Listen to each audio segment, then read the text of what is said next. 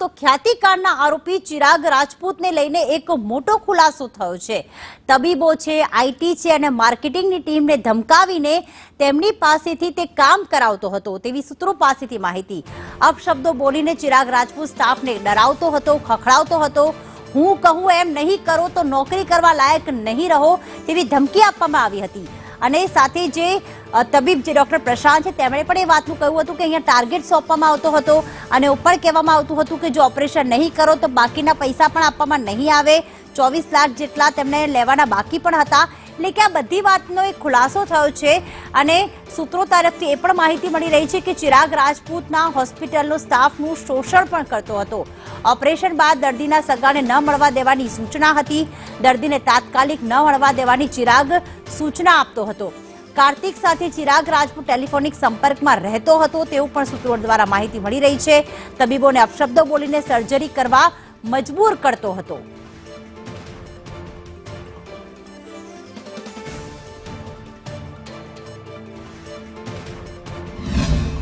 કહેવત છે ને કે આકાશમાં રાત્રે દરમિયાન તારાઓ ગણ્યા ગણાય નહીં, ટોપલામાં માય નહીં, પરંતુ હવે તો આ ખ્યાતિ હોસ્પિટલના કુખ્યાત કાંડ ગણો એટલા ઓછા પડે છે જે ગણી નથી શકાતા એવા અગણિત કાંડો પણ સામે આવી રહ્યા છે। ત્યારે ચિરાગ રાજપૂત ક્રાઇમ બ્રાન્ચની કસ્ટડી બાદ તેને જ્યુડિશિયલ કસ્ટડીમાં મોકલવામાં આવ્યો છે, પરંતુ આ ચિરાગ રાજપૂત ખ્યાતિ હોસ્પિટલમાં તેનું સામ્રાજ્ય જમાવતો હતો તેવી જ સૂત્રો પાસેથી માહિતી પણ મળી છે। ચિરાગ રાજપૂત દર્દીઓને જ્યારે સર્જરી કર્યા બાદ તુરંત પરિવારજનોને ન મળવા દેવામાં આવે અને સર્જરી કરવામાં આવે તાત્કાલિક ધોરણે તે બાબતને લઈને તબીબોને પણ ધમકાવતો હતો।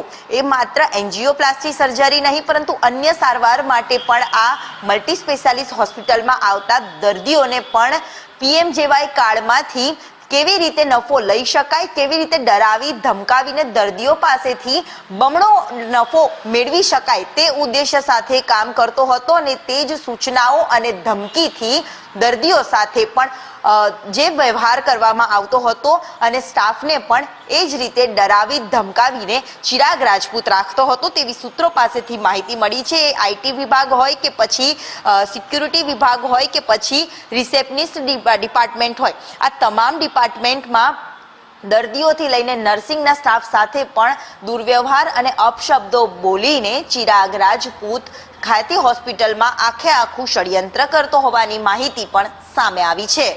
કેમેરામેન પુખરાજ શર્મા સાથે દિવ્યા ચૌહાણ, સંદેશ।